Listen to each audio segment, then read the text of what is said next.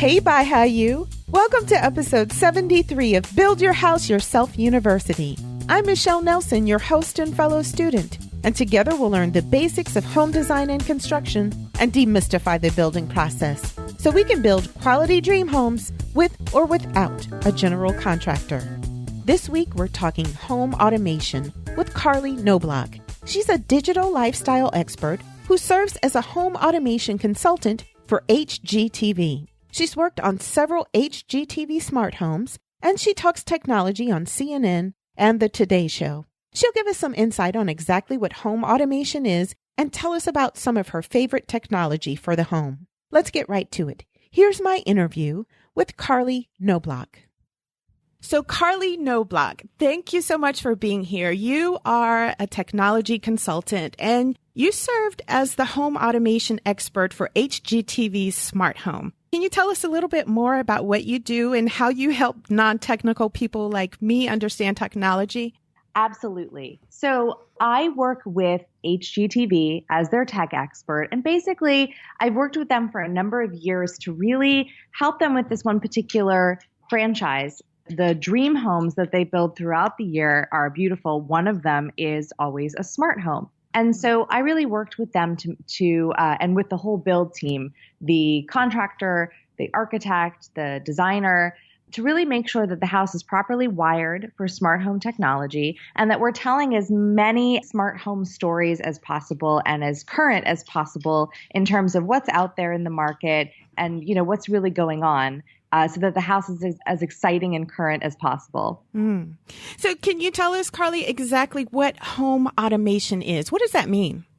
Yeah. So home automation is basically when you use a computer of any kind to help you control or monitor your house.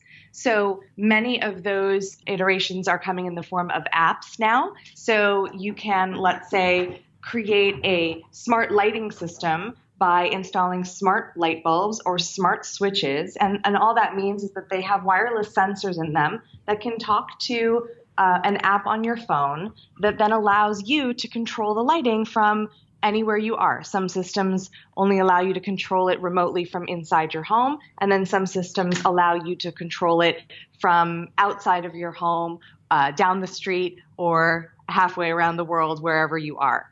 But that's essentially the nuts and bolts of what a smart home is. It's just more and more systems in your home being able to be controlled or monitored remotely because they have these wireless sensors built in and the ability to communicate with a central computer that can talk to your central computer, namely a tablet or a smartphone or computer.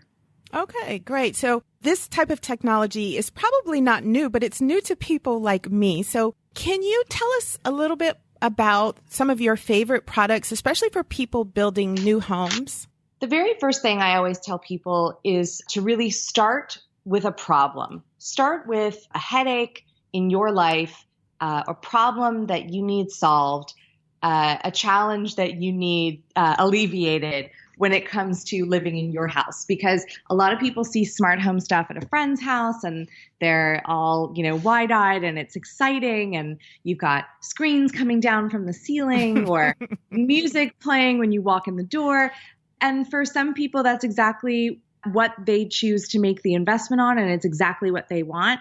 For other people, it might ring a little bit hollow or not necessarily relevant to their lives, but it's exciting. And then people go out and they invest and it's not necessarily what they really needed. And, you know, this stuff is still expensive. It continues to really fall in price. So there's a lot of affordable options, but I always really tell people, you know, what's bothersome. And so whether it's, you know, my kids never turn off the lights and I'm constantly forever, you know, running from room to room, turning off the lights, or my husband comes in late at night because he works the night shift and I'm never really sure if he remembered to lock the door, or my kids are always outside playing and they're forever leaving the garage door open. I actually have my sister-in-law runs her business out of her garage and nearly lost all her inventory in a blizzard this winter on Long Island because the garage door accidentally was left open. Oh my goodness.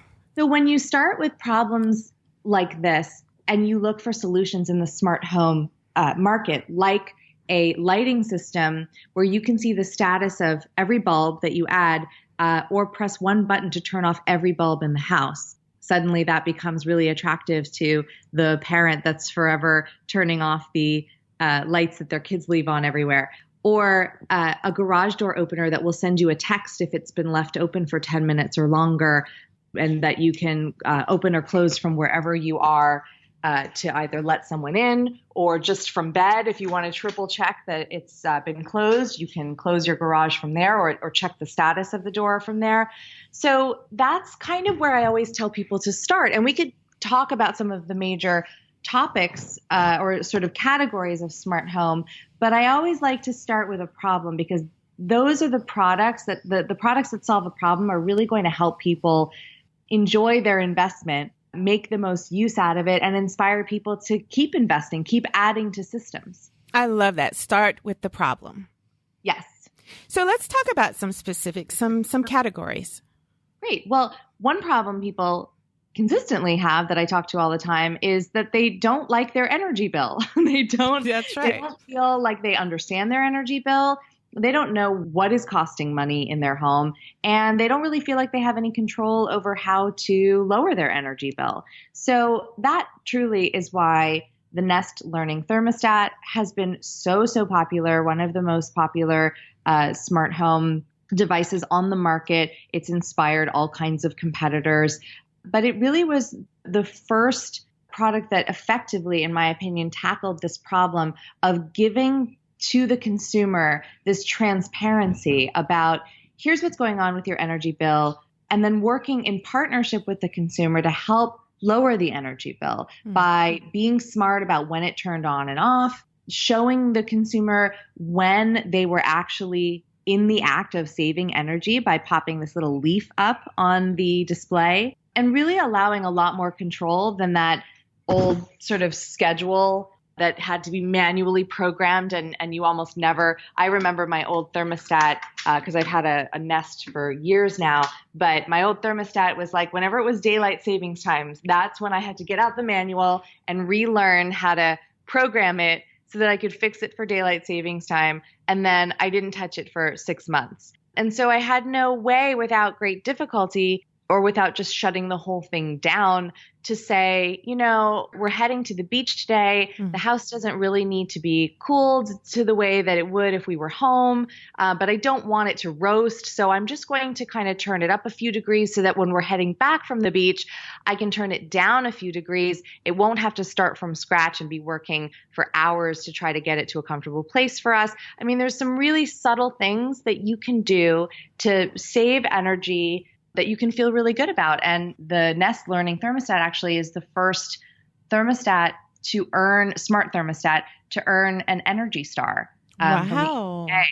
So it really has been proven to help you reduce your energy use and reduce your energy bill. That's fantastic. I still, because I have not started building my new house, I still have the very old-fashioned thermostat where at night you adjusted, before you leave home you adjusted, and it's really, I'm looking forward to getting something like the Nest. I'm looking forward to that. Yeah, well, the great news about Nest is that should you want to get one now, it's easy to pop out and reinstall in your new home and take with you. And it's compatible with, when we got our first Nest thermostats, when they first hit the market, we were living in a 1940s house. And when we popped off our old thermostat on that house, it looked like, the biggest ball of crazy wires you've ever seen.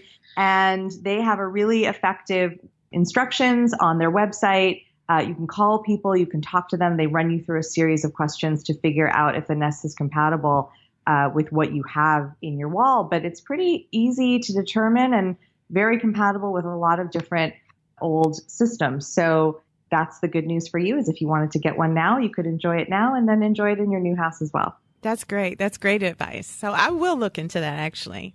Good. So we have the Nest. Anything else? What else? Well, I was going to just add to this whole energy efficiency conversation by talking about window shades. So one of the things that can really aggravate your air conditioner, and I'm speaking about cooling more than heating because I live in LA, And so we don't have as much of a heating conversation only a couple months out of the year. But the sun, and especially, in warmer climates, and we just built the HGTV smart home in Arizona. So in Scottsdale, where the temperatures are soaring all summer, you need to make sure that you have shades on your windows, because if the sun hits the house just right, it can really send your air conditioner into overdrive just trying to compensate. So shades, I think, are a really important part of the story.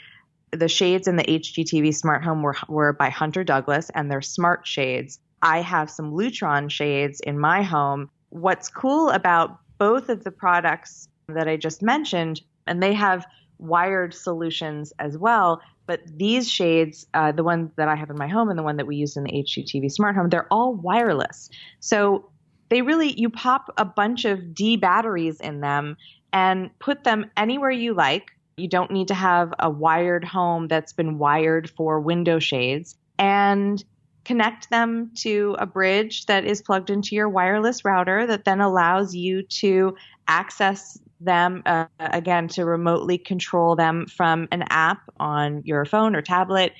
And suddenly you don't have to have the shades pulled closed all the time. Mm. They can pop open in the morning to greet you. They can lower themselves at 3 p.m. when the sun is setting and hitting the house low. They can pop open again in the evening so that you can enjoy dusk and see the outdoors, and then they can lower at night. And these are all things that you can program so that the house is doing all the work for you. And even if you're not home, you don't have to run around closing the drapes or the shades yourself. The house is truly smart and is working for you and helping the thermostat not have to work so hard. Yeah. So that, like you said, is also an energy efficient solution.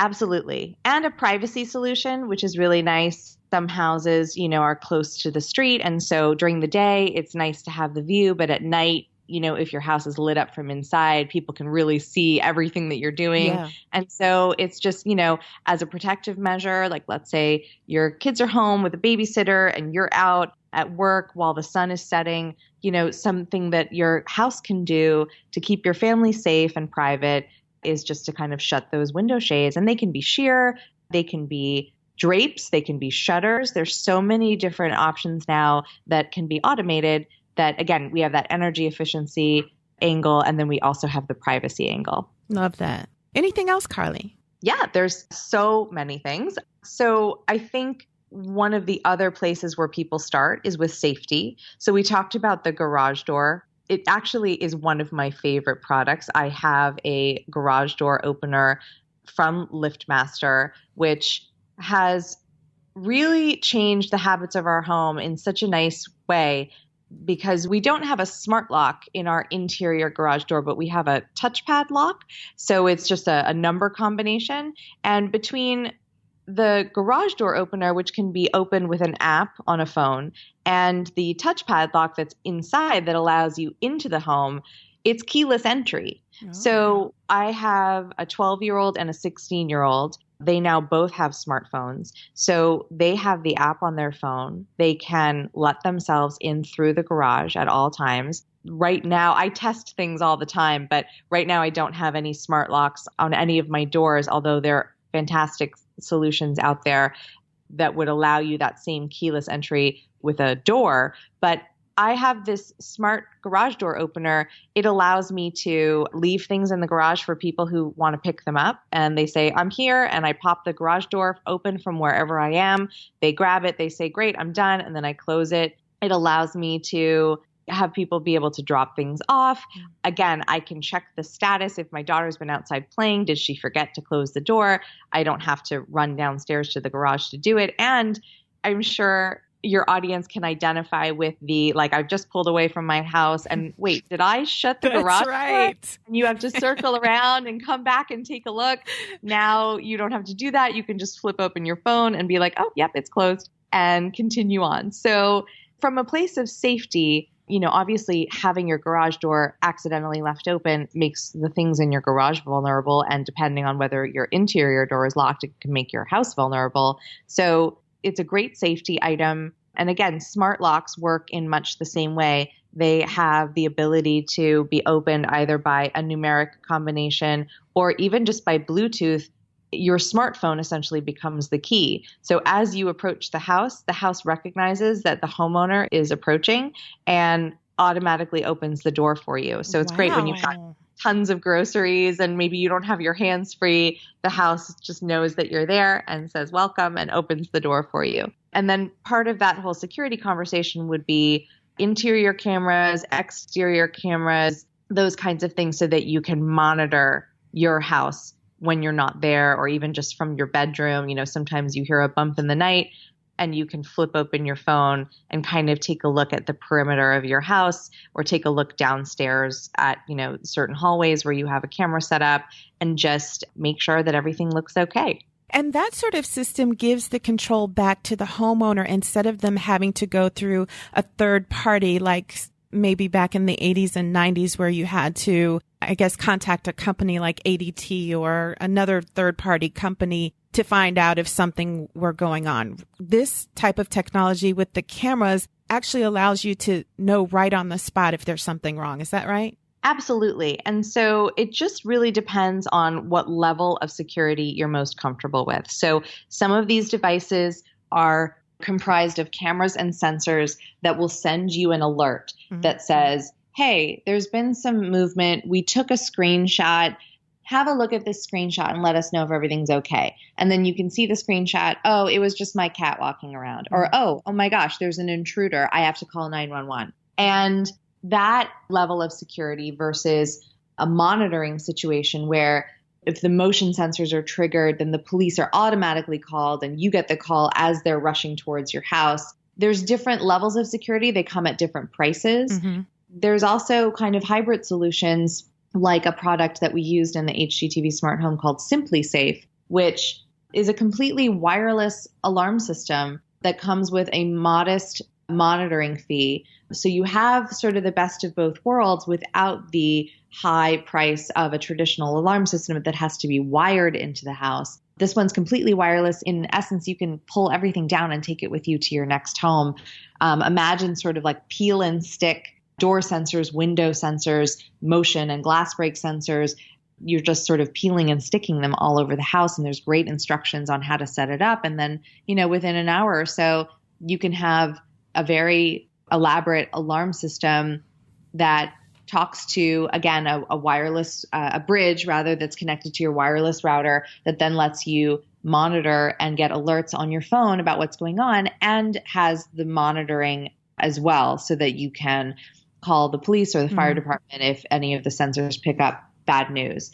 Yeah, there's a wide range now of price points and features that really, even just starting with a doorbell like the Ring video doorbell that allows you to monitor what's going on at your front door, to have the two-way conversation with someone at your front door.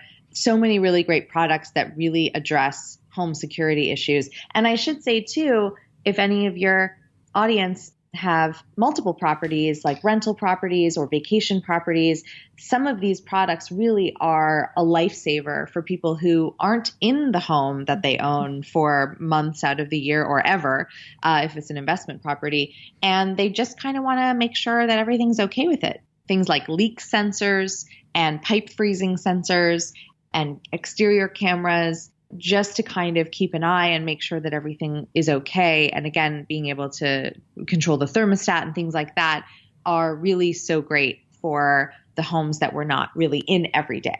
Yeah, that's such a great idea. I didn't even think of that. I think of these home automation solutions for our primary homes, but that is so smart to get them involved in an investment property or a rental property. That's really smart. Definitely. It's just like having an extra set of eyes and ears when you're not there. Yeah. So Carley, thank you so much for all your information and all your advice. It was really great. Tell us how we can get in touch with you if we want to know more about what you do, and tell us what projects you're working on. So my main place on the web where you can find me and read about everything I'm up to is Carley K. That's CarleyK.com. And I'm Carley Knobloch, Knobloch, Carley Knobloch on Twitter and Instagram. I'm on Facebook too, of course. And that's pretty much where you can keep track of me. I'm also forever linking to other writing that I do for different publishers like HGTV or NBC News or Apartment Therapy. I also work with the Housewares Show and have been working with them to create incredible smart home displays and smart home pavilions at that annual show in Chicago each spring, which is really exciting. So that's pretty much where you can find me. And then in terms of projects that I'm working on, my thing is that I work with a lot of brands and publishers to help tell this personal technology story and smart home story to a wider and wider audience. So there are lots of great publications that talk to a tech-forward, tech enthusiast market. And I really want to speak to someone who, just like you said at the top of our interview, is someone that is living their life and has a lot of technology and knows that all this stuff is out there, but doesn't really know where to start or what to really look for, what's out there. And so that's what I'm really passionate about. And that's what I do with, a number of different publishers and brands, is to help them tell their story too, to the same market. Well, that is fantastic. And that is why I wanted you to be a guest on the show instead of someone who is as technical as you, but maybe doesn't speak the same language as non-technical people. That really is one of your gifts, Carley, that you speak the language. You can kind of break down that technical language to people like me who don't know technology. So I appreciate that about you. And I appreciate you for coming today. Thank you so much. Oh, it's been such a pleasure talking to you. Thank you so much. Special thanks to Carley for taking time out of her busy schedule to educate us on home automation. I'll have a link to Carley's blog in the show notes at BYHYU.com. And if you want to share Carley's interview with your friends on social media, just click the share icon at the bottom left of the screen if you're listening in iTunes, or by selecting one of the social media icons that you'll find at BYHYU.com. Please remember that the purpose of this podcast is simply to educate and inform. It's not a substitute for professional advice. The information that you hear is based only on the opinions, research, and experiences of my guests and myself. That information might be incomplete, it's subject to change, and it may not apply to your project. In addition, building codes and requirements vary from region to region, so always consult a professional about specific recommendations for your home. Well, BYHYU, that's it for this week. I hope you learned as much as I did, and I hope you'll come back next week for another episode of Build Your House Yourself University.